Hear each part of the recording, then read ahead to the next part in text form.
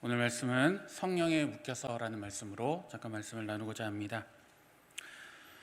누구나 살다 보면 가고 싶은 곳이 있고 가기 싫은 곳이 있습니다. 또 만나고 싶은 사람이 있고 가능하면 만나고 싶지 않은 사람이 또 있기도 하죠. 이때 사람들에게는 세 가지 행동이 보여진다고 합니다. 첫째는 내가 하고 싶은 대로 합니다. 가고 싶은 데만 가고 만나고 싶은 사람만 만나는, 대부분 어릴 때 그렇게 하죠. 내가 갖고 싶은 거 가지려고 하고 가고 싶은 데만 가려고 하고 만나고 싶은 사람만 만나는. 근데 나이가 들면 들수록 그러기가 참 쉽지는 않은 것 같습니다. 그리고 두 번째는 내게 유익하면 가고 나에게 유익하지 않다면 만나지 않는, 유익을 쫓아서 살아가는 그러한 모습들이 있습니다.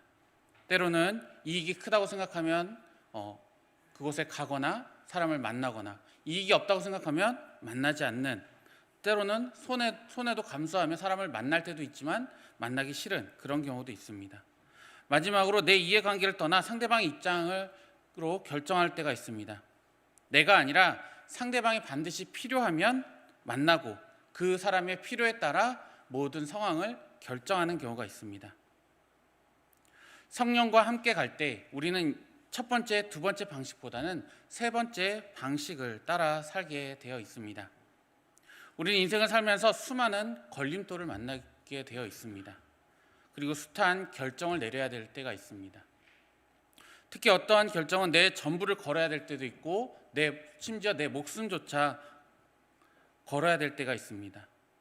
이럴 때 어떤 기준으로 우리는 결정을 내려야 하느냐라는 것입니다. 오직 이때에는 오직 성령의 인도하심에 따라 성령 충만하게 복음을 증거해온 그 바울의 이 결정, 그것을 보며 우리가 다시 한번 우리의 삶의 결정을 점검해 보았으면 좋겠습니다.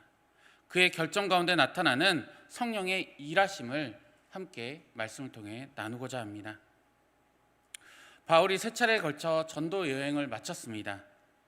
그는 지금 예루살렘에 올라가고자 합니다. 오순절 이전에 도착하기 위해 빠듯한 일정을 짰습니다. 그래서 에베소에 들르고 싶었지만 그렇게 하지 못하고 항구 도시인 밀레도로 갑니다. 이 밀레도에서 사람을 에베소에 보내 에베소에 있는 장로들을 초청해 그들과 마지막 작별 인사를 하고자 합니다. 이것이 마지막 만남이 될지도 모른다는 그런 생각이 있었기에 그들의 만남은 어느 때보다도 애절하고 간절했습니다. 바울은 두란노 서원에서 가르치며 에베소 교인들이 어떻게 섬겼는지를 그들에게 들려주고 예루살렘에 가는 일정을 잡게 됩니다.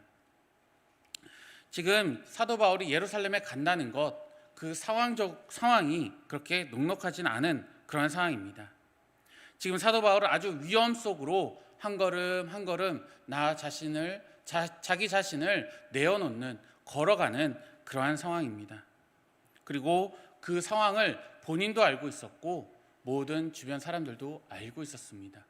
반드시 바울이 예루살렘에 가면 그 모습이 영광과 기쁨과 희락의 삶이 아니라 핍박과 고난의 삶이라는 것을 모두가 다 알고 있었습니다.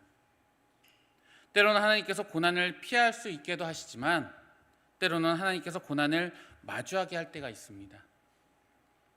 그건 우리가 결정하는 것이 아니라 하나님께서 결정하실 때입니다. 하나님께서 그렇게 결정을 하시는데 사도 바울은 지금 현재 어떠냐면 복음을 전하는 3차 전도 여행을 하면서 여러 가지 성령의 열매도 있었지만 반대로 사도 바울을 죽이겠다고 결의한 사람들에 의한 도전과 위급한 상황 속에 놓여 있기도 합니다. 지금 예루살렘에 들어가려고 하는데 예루살렘의 지금 상황이 어떠냐 하면 사도행전 23장 12절에서 14절 말씀입니다. 우리 사도행전 23장 12절로 14절 말씀입니다. 같이 한번 읽어보겠습니다. 12절입니다. 날이 새매 유대인들이 당을 지어 맹세하되 바울을 죽이기 전에는 먹지도 아니하고 마시지도 아니하겠다 하고 이같이 동맹한 자가 40명이었더라. 대제사장들과 장로들에게 가서 말하되 우리가 바울을 죽이기 전에는 아무것도 먹지 않기로 굳게 맹세하였으니 이렇게 말씀합니다. 40명의 바울 암살 특공대가 이제 예루살렘에서 바울을 기다리고 있는 그러한 상황인 겁니다. 지금 예루살렘에는 오기만 해봐라, 넌 가만두지 않겠다, 우리의 이 율법을 무너뜨리는 자 바울 너를 내가 가만두지 않겠다라며 사람들이 기다리고 있습니다. 그러면서 이야기하는 게 절대 내가 너 죽이지 않으면 나는 밥도 먹지 않겠다라고 말하고 있는 것입니다. 사도 바울의 복음의 열심으로 사도 바울의 이 사역을 끊임없이 방해하려는 그러한 세력들이 있었다라는 이야기입니다. 쉽지 않은 상황이 늘 그를 따라다녔습니다. 사도행전 20장 16절입니다. 바울이 아시아에서 지체하지 않기 위하여 예배소를 지나 배 타고 가기로 작정하였으니 이는 될 수 있는 대로 오순절 안에 예루살렘에 이르려고 급히 가미러라. 자, 왜 이렇게 서둘렀을까요? 또 오순절 안에 도착하려고 했던 이유는 무엇이었을까요? 간단하게 설명드리면 이 예루살렘이라는 이 교회의 태동이 언제였습니까? 어떠한 계기가 있었습니까? 사도행전 2장에 보면 오순절 성령 강림 사건이 나옵니다. 이것이 예루살렘 교회의 태동입니다. 쉽게 말하면 예루살렘 교회의 주일 창립 기념 예배가 이제 곧 닥쳤는데 내가 그 전에 가서 예루살렘 교인들을 만나야 되겠다. 그 주일에 맞춰서 돌아가고 그들을 만나서 주의 복음을 다시 한번 증거해야 되겠다. 이러한 상황입니다. 그런데 이때 예루살렘 교회는 어떤 상황이었냐면 예루살렘 교회는 안팎으로 굉장히 엄청난 핍박과 박해 가운데 있었던 상황입니다. 안팎으로라는 것은 안으로는 이렇게 아까 바울을 죽이려고 했던 하나님의 말씀을 그릇되이 행하는 자들이 무수히 많았고요. 밖으로는 기근이 일어나고 경제적으로 너무나도 힘든 그러한 상황에 놓여 있었다라는 것입니다. 하나님의 성령을 겸한 사람들에게는 예루살렘과 온 유대와 사마리아와 땅끝이라고 하는 이 와중에 그것을 지키며 나아가는 그 한 걸음 한 걸음 한 걸음이 너무나도 힘들고 고된 시간이었던 그런 상황입니다.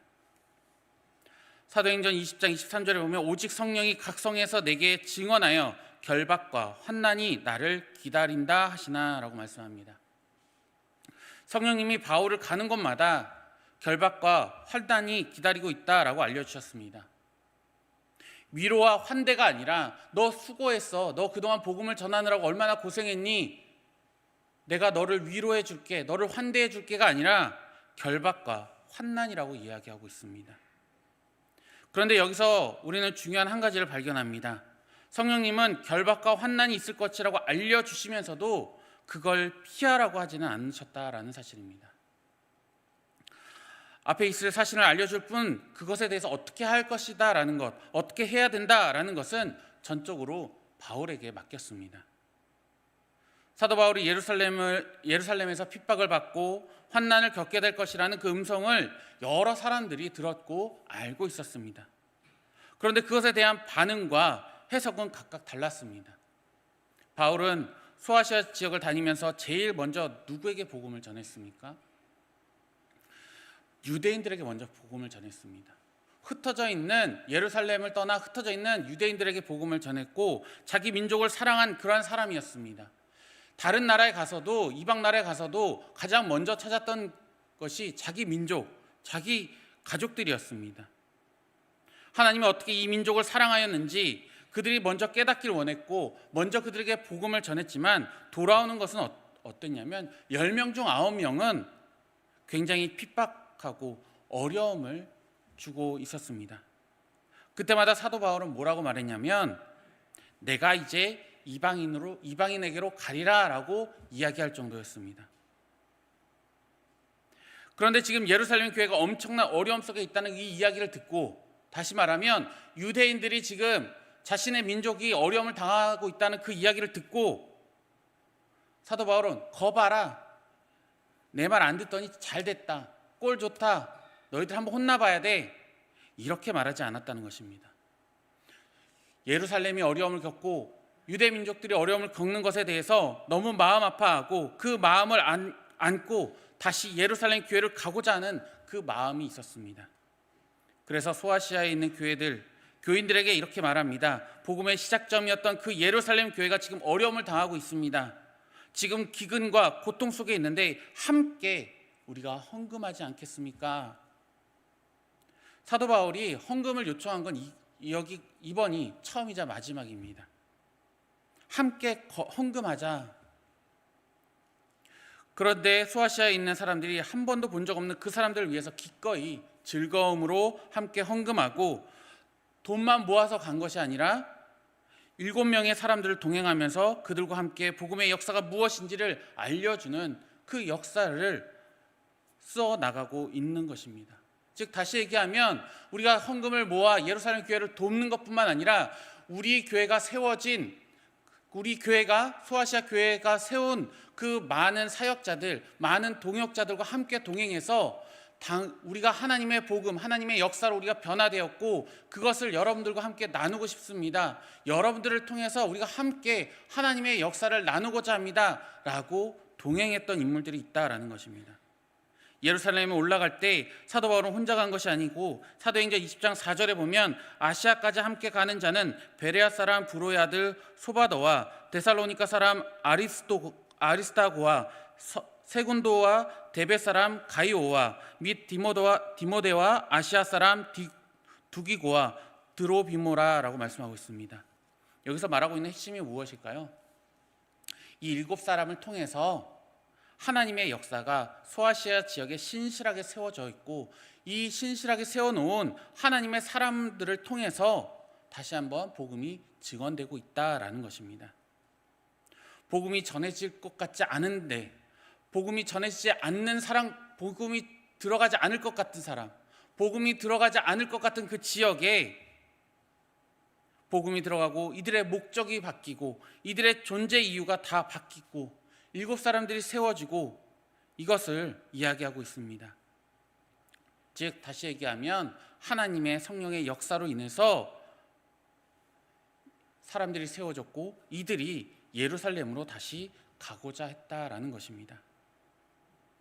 예루살렘에 가서 사도 바울의 공로를 인정하려고 간 것이 아닙니다. 사도 바울이 7사람들을 데리고 가면서 나 이만큼 열심히 했어, 나 이만큼 수고했어, 이거 봐, 너희들 나를 핍박하고 조롱하고 환난을 겪게 했지만 나 이 정도야, 나 이렇게 힘든 일을 해냈어, 난 성공한 사람이야, 난 역경 속에서도 이런 일을 했다, 이렇게 자랑하려고 간 것이 아닙니다.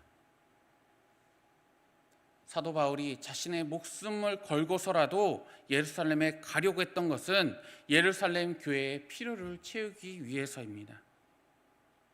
성령 하나님의 역사와 하나님의 은혜와 그 좌절과 상심 가운데 있는 그 자리에 있는 그 사람들이 들고 일어나는, 다시 예루살렘 교회에 소망을 얻게 되기를 바라는 그 간절한 열망을 가지고 사도 바울은 예루살렘으로 향했다라는 것입니다. 그리고 소아시아에 있었던 하나님의 성령의 역사를 예루살렘에도 다시 불어넣기 위해서, 예루살렘의 성령의 역사가 다시 일어나게 하기 위해서 사도 바울이 움직였다라는 것입니다. 그런데 이게 끝이 아닙니다. 사도행전 21장 10절에서 12절 말씀해 보니까 여러 날 머물러 있더니 아가보라 하는 한 선지자가 유대로부터 내려와 우리에게 와서 바울의 띠를 가져다가 자기 수족을 잡아매고 말하기를 성령이 말씀하시되 예루살렘에서 유대인들이 이같이 이 띠 인자를 결박하여 이방인의 손에 넘겨주리라 하거늘 우리가 그 말을 듣고 그곳 사람들과 더불어 바울에게 예루살렘으로 올라가지 말라 권하니. 사도 바울의 의지는 확고합니다. 성령의 음성을 들은 사람들이 예루살렘에 가서는 안 됩니다 라고 만류하는 장면입니다. 그러나 바울은 뜻을 바꾸지 않습니다. 사도 바울이 잘못된 걸까요? 아니면 바울을 말리는 그 예언자들이, 그 선지자들이 잘못된 걸까요? 누가 음성을 들었든, 누가 제대로 분별했든 무엇이 진정한 성령 충만한 모습인지 여러분들 구분할 수 있습니까? 바울이 뜻을 굽히지 않자 그들이 더 이상 만류하지 않고 주의 뜻대로 이루어질 것을 위해 기도했다라고 합니다. 성령은 환난이 있으니 가지 말라 그렇게 얘기하지 않습니다. 환난이 있다고 말씀만 하실 뿐, 이럴 때 우리의 결정은 예수님의 모범을 따라야 합니다. 어떠한 상황 속에서 우리가 믿음을 쫓아 복음을 쫓아 살아갈 때에 그 앞에 환난이 있고 고난이 있고 역경이 있다라는 것을 누군가 알려주고 내가 그것을 깨달았을 때 그 결정의 순간에 우리는 무엇을 따라야 하냐면 예수님의 모범을 따르면 되는 것입니다. 가이사랴 빌립보에서 예수님이 제자들과 처음으로 십자가 얘기를 꺼냈습니다. 그럴 때 베드로가 어떻게 했습니까? 펄쩍 뛰었죠. 아니 예수님, 십자가를 져서는 안 됩니다. 왜 그걸 하려고 하십니까? 라고 만류하던 사람입니다. 이때 예수님은 다음과 같이 베드로를 가혹하게 꾸짖습니다. 마태복음 16장 23절인데요. 예수께서 돌이키시며 베드로에게 이르시되 사탄아 내 뒤로 물러가라. 너는 나를 넘어지게 하는 자로다. 내가 하나님의 일을 생각하지 아니하고 도리어 사람의 일을 생각하는도다 하시고, 그렇게 베드로를 꾸짖으셨던 예수님께서 겟세마네 동산에서 십자가의 길을 때문에 이제 다시 한번 죽을 힘을 다해 기도하십니다. 어떻게요? 땀방울이 핏방울이 되도록 기도하시는데 그 기도의 제목 중에 이 잔을 꼭 내가 마셔야 합니까?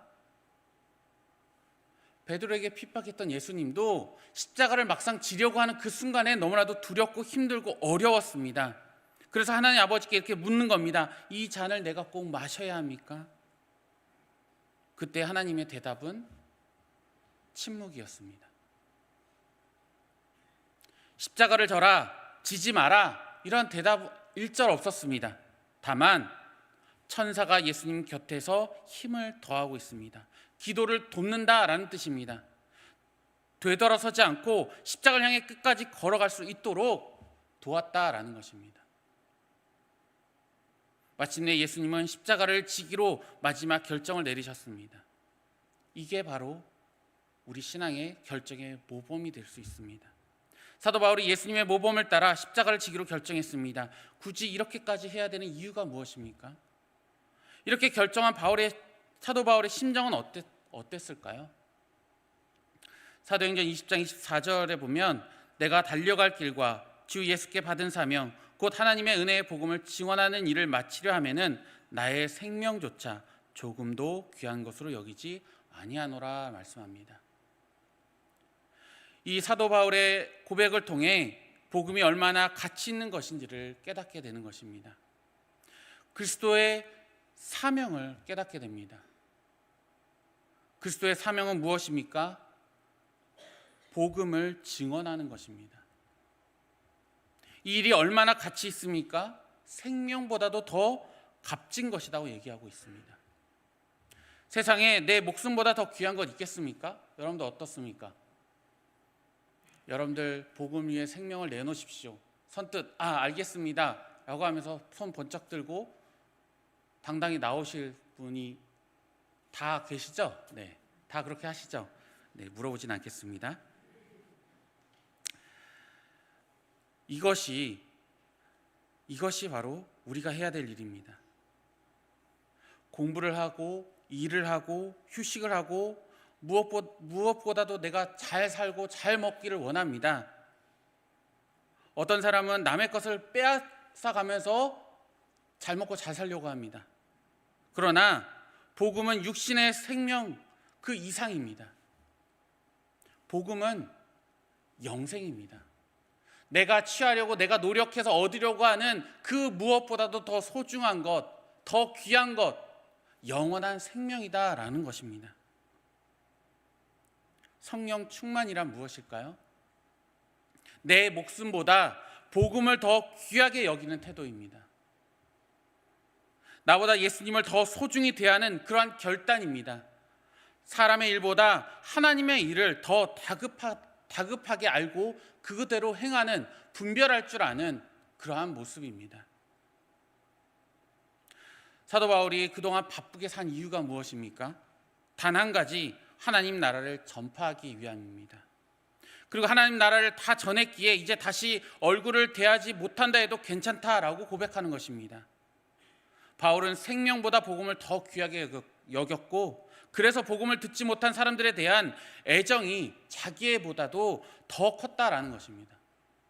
저들이 복음 앞에 다시 돌아섰는데, 저들이 복음을 제대로 깨닫지 못하고 있는데 내 생명이 아깝겠느냐? 우리가 주님을 다시 만날 그날까지 온전하지 않기 때문에 때로는 지칠 때도 있고 힘이 빠질 때도 있습니다.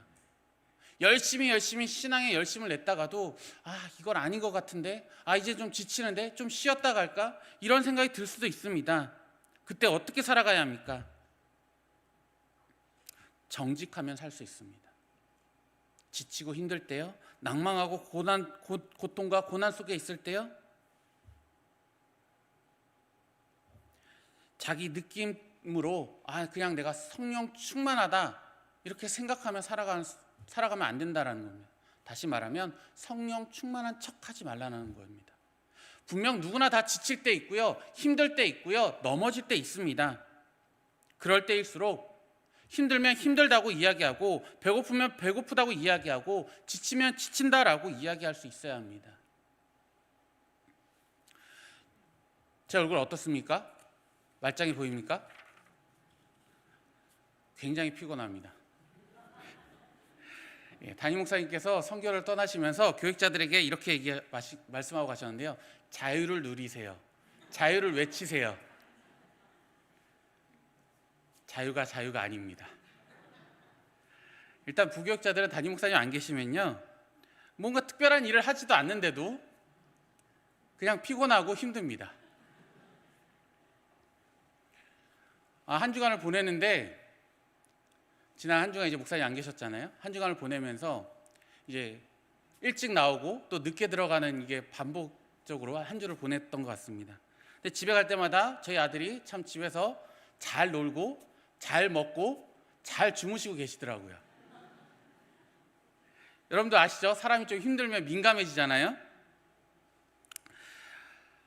아들이 너무 사랑스러워서 한 대 때릴 뻔했습니다. 여러분들 삶의 상황 속에서 갑자기 잘 들어오던 돈이 안 들어온다. 일이 잘 풀리다가 갑자기 뭔가 막힌다. 어떻습니까? 마음이 힘들어지고 자그마한 일에도 속상하고 오해가 생기지 않습니까? 속이 좁아지고 뭔가 어려워집니다. 마음이 답답해지고 얼굴에도 근심과 짜증이 묻어나죠. 그럴 때 성도 간에 어떤 게 있어야 될까요? 교회 안에서 어떠한 모습이 있어야 될까요? 나 너무 힘들어. 집사님 나 밥 한 끼만 사줘라. 그게 어떻게 보면 성령 충만한 겁니다. 집사님 나 요즘 너무 힘들어요. 권사님 나 요즘 너무 힘들어요. 이게 진실한 겁니다. 늘 자기가 이상한 갑옷을 입은 양, 나는 성령 충만하고 주여 아멘 이러면서, 그게 성령 충만한 게 아닙니다. 사랑하는 성도 여러분, 교회는 믿음을 인정받는 곳이 아니라 믿음을 사는 곳이어야 합니다. 교회는 믿음을 사는 곳인데 자꾸 우리가 인정받으려고 해요.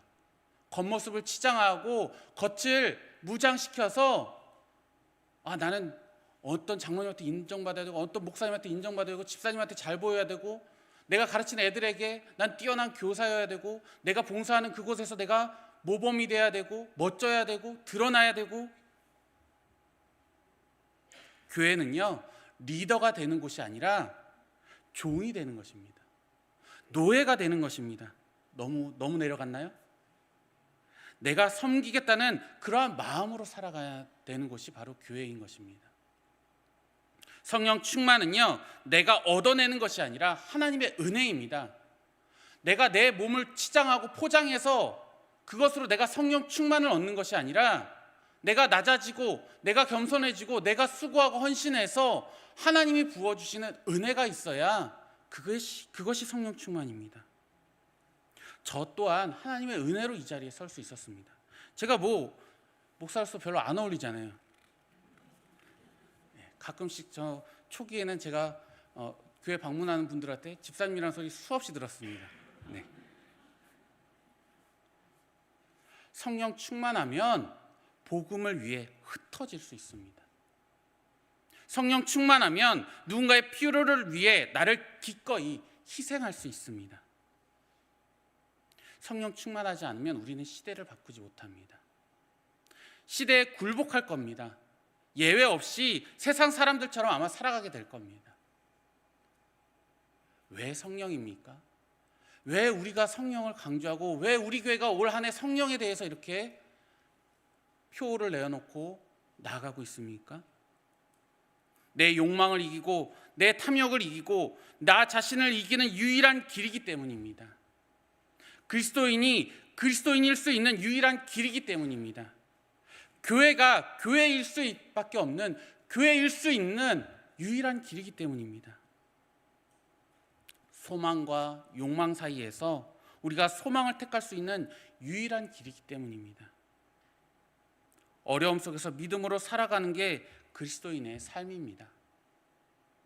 아무 문제가 없고 성령 충만해서 걱정도 없고 근심도 없고 할렐루야 주님 붙잡아 주셨습니다. 그 어디나 하늘나라 난 아주 행복합니다. 해피합니다. 그게 아니라 그 어려움 속에서 살아보라고 믿음을 주시는 거고 하나님께서 그것을 통해서 살아보라고 은혜를 주시는 줄 믿습니다.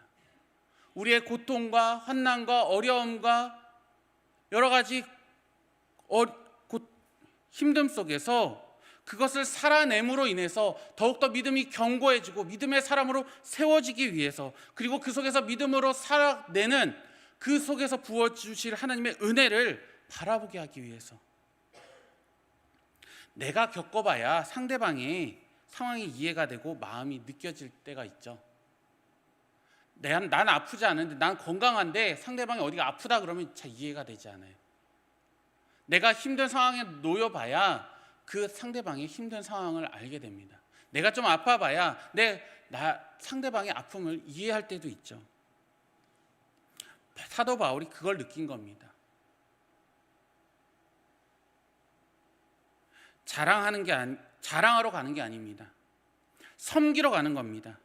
그 두려움과 그 어려움 속에서도 하나님의 영광을 바라보고 한 걸음 한 걸음 나아가려는 그의 모습 너무나도 아름답고 귀하지 않습니까?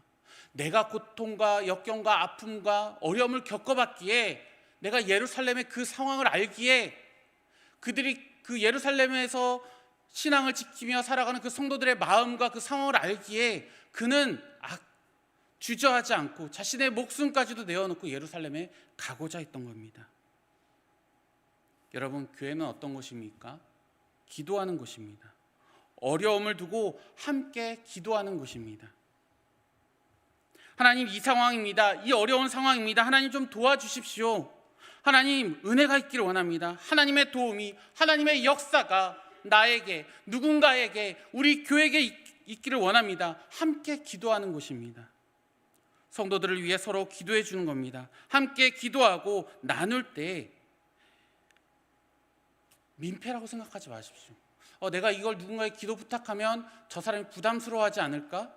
목사님에게 이걸 얘기하면 목사님 가뜩이나 바쁘고 기도할 제목 많은데 생각보다 한가합니다. 네.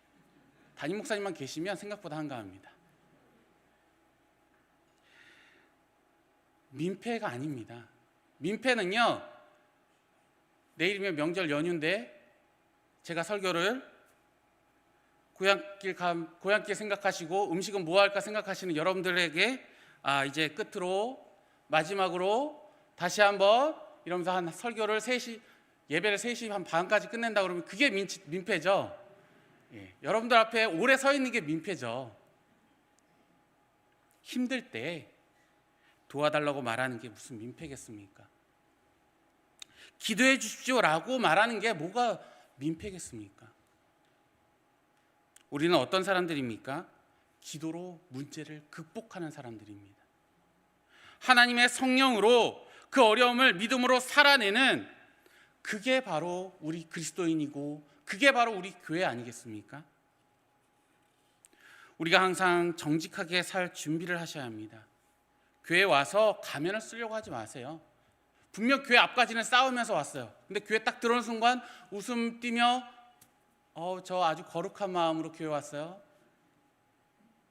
분명 집에서 싸우고 나왔는데 야 빨리 교회 안 가 이러면서 우리 자녀들을 내쫓았는데 인터넷 보니까 누가 이런 글을 남겼더라고요. 자는 사람은 깨울 수 있지만 자는 척하는 사람은 깨울 수 없다. 네, 자는 사람은 제가 깨워드릴 수 있는데요, 자는 척하는 분들은 깨우기 힘듭니다.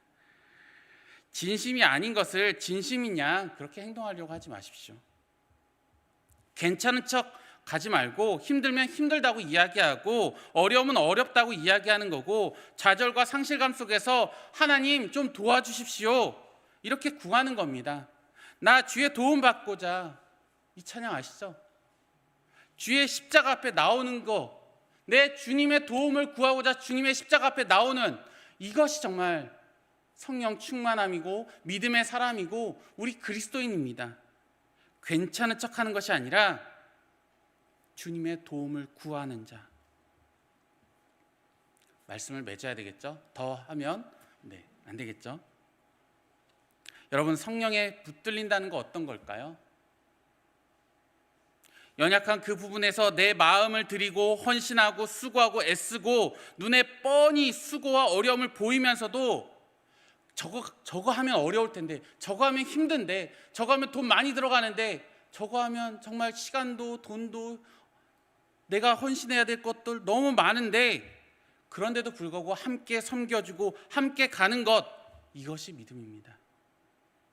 마음을 쏟고요, 수고하고요, 애를 써주는 것, 이것이 성령에 붙들린 자이고 성령 충만함입니다.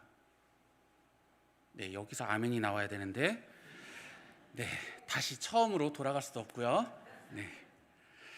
믿음은 가서 타박을 듣더라도, 고난이 오고 역경이 오고 수많은 사람들이 가는 길에 그 고난이 있다고 이야기할지라도 내가 주 예수께 받은 사명 감당하기 위해서 내 목숨을 소중한 것으로 여기지 않는다. 죽음도 유익한 것이다. 이러한 고백, 사도 바울의 이 고백 정말 놀랍지 않습니까? 우리도 이러한 고백을 할 수 있어야 합니다. 사랑하는 성도님들과 함께 나아가길 원하는 그 놀라운 하나님의 사람들이, 하나님의 역사를 기대하며 살아가는 하나님의 사람들을 통해서 사도 바울이 성령에 매어서 그 자리에 가기를 원했던 그 모습처럼 우리도 그러한 모습으로 한번 이 세상에서 한번 살아봐야 되지 않겠습니까? 우리의 성령 충만은 뭘 원하고 있습니까? 혹시 성령 충만하면 좀 편안하고 더 쉬운 삶을 살고 싶어서 성령 충만을 원하고 계십니까? 성령 충만하면 일이 쉬워지고 일이 저절로 풀려질 것 같으십니까? 성령 충만하면요, 그 갈등의 현장에서 나 저거 못 본 척하고 돌아가야지가 아니라 어려운 상황, 힘든 상황, 갈등의 그 현장에서 거기서 그 갈등을 봉합하기 위해서 수고하고 헌신하고 때로는 욕을 얻어먹어도 그 자리에 서려고 하는 겁니다. 그게 하나님의 역사입니다. 내가 그 자리에 서서 하나님의 역사를 만들어가는 겁니다. 교회를 세운다는 게 어떤 걸까요? 그냥 성도들이 이렇게 많이 모여 있으면 교회가 세워지는 걸까요? 교회 안에서 늘 성령 충만할까요? 우리 늘 성령 충만을 추구하고 은혜를 추구하고 기쁨과 감사를 추구합니다. 그런데 문제가 있습니다. 어려움이 있습니다. 이곳은 인간이 사는 곳이다라는 겁니다. 인간은 연약합니다. 때로는 힘들고 무너지고 갈등합니다. 그래서 우리는 하나님의 성령에 매여서 우리가 그 자리에서 수고하고 애를 쓰고 저도 노력하고 성도님들도 함께하고 아름다운 영적인 시너지의 현상이 계속 흘러 넘쳐야 돼요. 나 혼자만이 아니라 내가 수고하고 애쓰고 힘쓸 때 그 옆 사람도 함께하고 또 그 옆 사람도 함께하고 함께 그것을 나누고 함께 나아가는 모습, 하나님이 원하시는 그곳에 함께 우리의 삶으로 우리가 가면 하나님의 역사가 드러나고 그 섬기고 그 수고하고 애쓰는 마음들을 모일 때에 하나님의 역사가 드러나게 되어 있습니다. 사도 바울이 결국 로마로 가서 잡히게 되고 그때 썼던 편지가 빌립보서입니다. 예루살렘 갔고 또 로마에 붙잡혀 가게 됩니다. 빌립보서의 주제가 뭐냐면 빌립보서 4장 4절에서 7절에 보면 주 안에서 항상 기뻐하라. 내가 다시 말하노니 기뻐하라. 너희 관용을 모든 사람에게 알게 하라. 주께서 가까우시리라. 아무것도 염려하지 말고 다만 모든 일에 기도와 간구로 너희 구할 것을 감사함으로 하나님께 아뢰라. 그리하면 모든 지각에 뛰어난 하나님의 평강이 그리스도 예수 안에서 너희 마음과 생각을 지키시리라. 감옥에서 쓴 글입니다. 내가 너를 위해 기뻐하고 기뻐하노라. 여러분들의 기쁨의 그 창가가 멈추지 않는 것은 무엇 때문입니까? 사도 바울이 이렇게 기뻐할 수 있는 이유는 무엇입니까?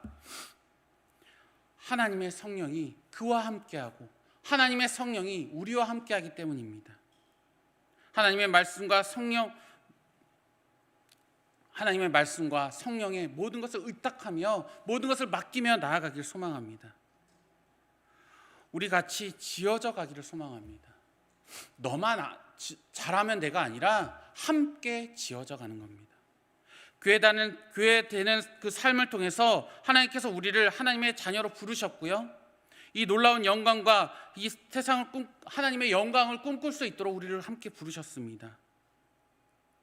우리가 이제 서로가 연결되고 겸손으로 서로 도와주고 도와달라고 이야기하고 기도해주고 기도해달라고 이야기하는 서로를 위해 섬기고 그럴 때에 하나님께서 이 땅에 보이는 교회가 아니라 세상 권세가 흔들 수 없는 그러한 교회를 세워주실 줄 믿습니다.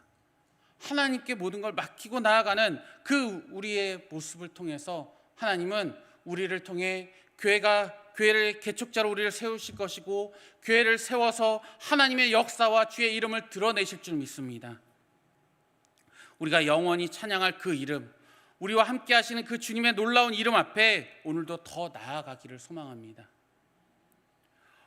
어려운 줄 알고 힘든 줄 알지만 내 목숨보다도 더 복음을 귀하게 여길 수 있는 그러한 한 사람이 되기를 소망합니다. 성령에 묶여 성령에 매여 믿음으로 함께 수고하고 헌신하고 나누고 기도하고 연결되어서 함께 하나님의 역사를 써가는 우리 유래강명교회 모든 성도님들 되기를 소망합니다. 그를 통해 하나님의 영광이 드러나고 저와 여러분들이 하나님의 역사 안에 함께 동행하는 그러한 일들이 함께 나아가는 그러한 일들이 있기를 간절히 소망합니다. 기도하겠습니다. 거룩하시고 전능하신 하나님 아버지 감사합니다. 우리들의 예루살렘이 어디입니까? 우리들의 손을 기다리고 있는 로마는 어디입니까? 하나님 그 자리에서 우리의 믿음을 가지고 설 수 있도록 힘주시고 은혜를 부어주시고 결단하게 하여 주시옵소서. 우리의 가정이 예루살렘이면 그 어려움 속에서 우리가 나아가 모든 문제를 해결하고 하나님의 역사를 보일 수 있게 도와주시옵소서. 하나님의 손길이 필요한 로마가 여기 있습니다. 하나님 나의 마음과 나의 믿음을 통해 나의 삶을 통해 그곳에 주의 나라 주의 찬송이 넘쳐나도록 주님 붙잡아 주시옵소서. 사도 바울의 고백이 나의 삶의 고백이 되게 하여 주시옵소서. 내 삶에 정말 믿음의 고백이 넘쳐나도록 도와주시고 내 인생을 향한 믿음의 용기와 순종의 역사가 일어날 수 있도록 인도하여 주시옵소서. 하나님 우리 성도님들 힘을 주시고 용기 낼 수 있도록 도와주시옵소서. 교회가 교회되게 하여 주시옵소서. 세상의 두려움과 염려와 근심에 둘러싸일 때 믿음의 한 걸음 한 걸음 내딜 수 있는 우리 성도님들 될 수 있도록 도와주시옵소서. 서로 연결되고 겸손히 서로 도와주며 함께 기도하는 성령에 매여있는 자녀들 되기를 원합니다. 복음을 귀하게 여기며 내 삶을 통해 하나님의 영광 되게 하여 주시옵소서. 감사드리며 예수 그리스도의 이름으로 기도드립니다. 아멘.